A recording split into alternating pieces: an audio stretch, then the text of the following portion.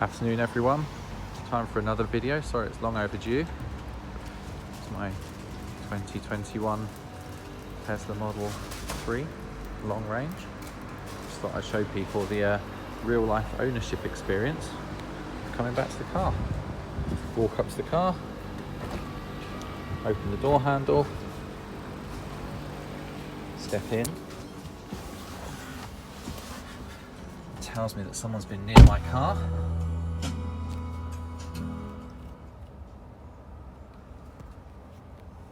And then this is real time. So, foot on the brake, lights all come on, move the indicator stalk to drive, car tells me I'm in drive, tells me I need to put my seatbelt on, put my seatbelt on, foot off the brake pedal, nothing happens, hill hold buttons on, and we start. Absolute silence. I'm actually just going to reverse back because I thought I'd just take an opportunity while I'm in this spot, tell you a few more things about the ownership experience. I've had this car just over 2 weeks now,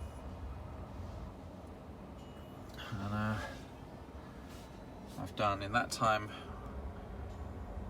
1,259 miles, using 357 kilowatts at an average of 284 watt hours per mile. And it took me a little while to get my head around that, but that's a moderate number, it would say. So Tesla claims this car will do 350 miles out of a full charge. I will treat that like I treat all claimed car maker fuel economy, in that I don't know how they achieved that. If this number, so the smaller this number is, the more efficient the car is. So on a 75 kilowatt hour battery, 75,000 divided by 284 gives somewhere around 260 miles from a full charge. So if it was divided by, if this number was 300, then we get 250 miles out of a full 100% charge. If that number was 250, then we'd get 300 miles. So 284 is somewhere around the middle, so 275-ish, which is plenty. I mean, how often do you drive 270 miles in a day? I certainly don't. I drive 40 miles each way for my commute, which uses about a third of the battery because it's all entirely motorway speeds.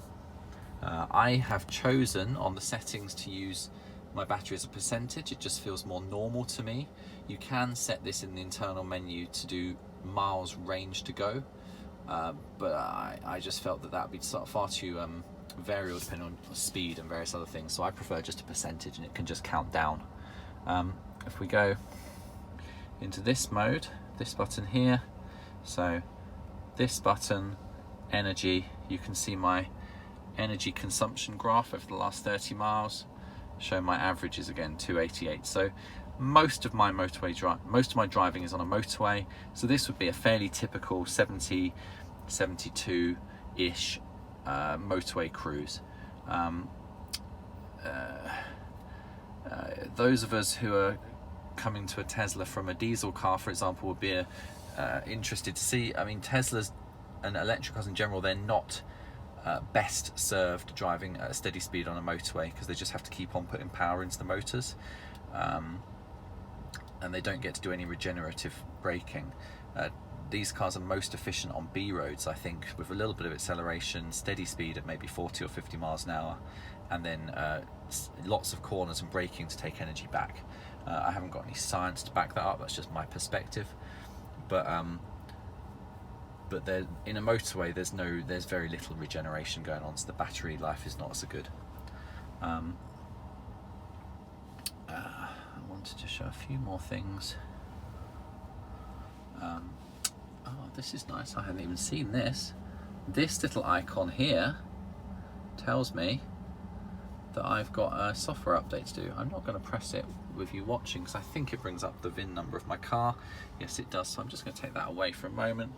But it says here that I've got a software update pending, which is nice, so I'll set that up when I get home. And we'll just get out and have a quick look at the car, shall we?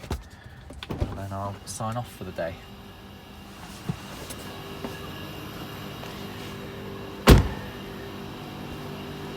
So I went for the, as I'm sure you've seen from other videos, I went for the blue. I absolutely love the blue. Look at me, parked very straight, did I? Well, I wanted to stay away from the cars on that side, and this Porsche obviously stayed even further away from me. He's got the best spot in this car park. But I think the blue with the new black trims looks amazing. I think the silver with the blue looks good as well. But I think particularly this new black trim really sets off the car nicely. I think the best is the white, actually, perversely, and it's the free one. The white with the black trim looks amazing. But, I think it's a really smart car. Everyone wants to have a look at these new headlights.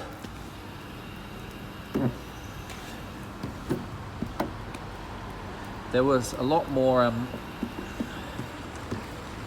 information. There's a lot more detail going on inside the headlight on the old headlights. And I wonder whether there's going to be some sort of matrix mode or maybe even steering mode in future versions of this. Although I can confirm it doesn't do that yet.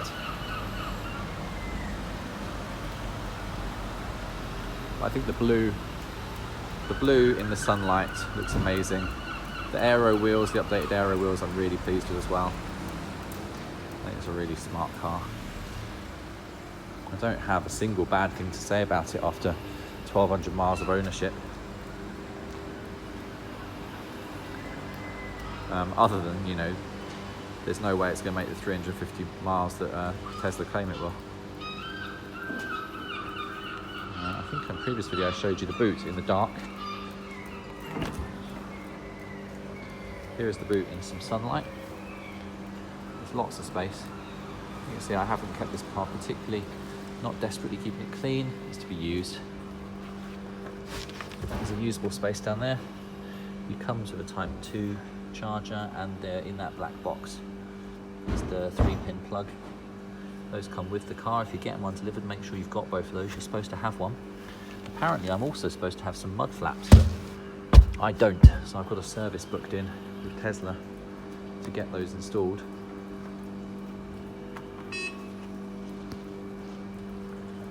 Down you go. Do like that. Someone was asking me on the comments, how is there space for children? There's plenty of space. That's a maxi cozy.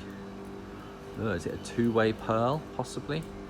It's got the two-way fix, Isofix base, and then that is the, I've got a 13-month-old who sits in that one.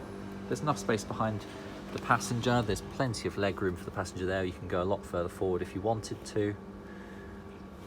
And then I've got another car seat for my older girl who sits here. I have her sat behind me because just gives a little bit more space for her legs, and it lets me have my seat a little bit further back. Although you can see actually the driver's seat and the passenger seat are the same distance apart, and there is space. I just didn't like the idea, and I might actually move my passenger seat forward a bit. Just I don't like the idea of it rubbing. I've bought some fairly thick protectors just to protect the entirely leather looking material, but they do a good job. I had them in my BMW for well over a year before. Worked really nicely, and I think that's all I've got to say today. 9 minutes of me talking, that's more than anyone's willing to listen to. If you want to look at the car, I don't blame you. I think it looks really smart.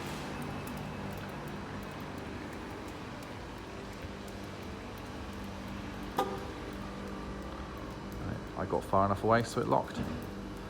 Alright, signing off. I'll see you again.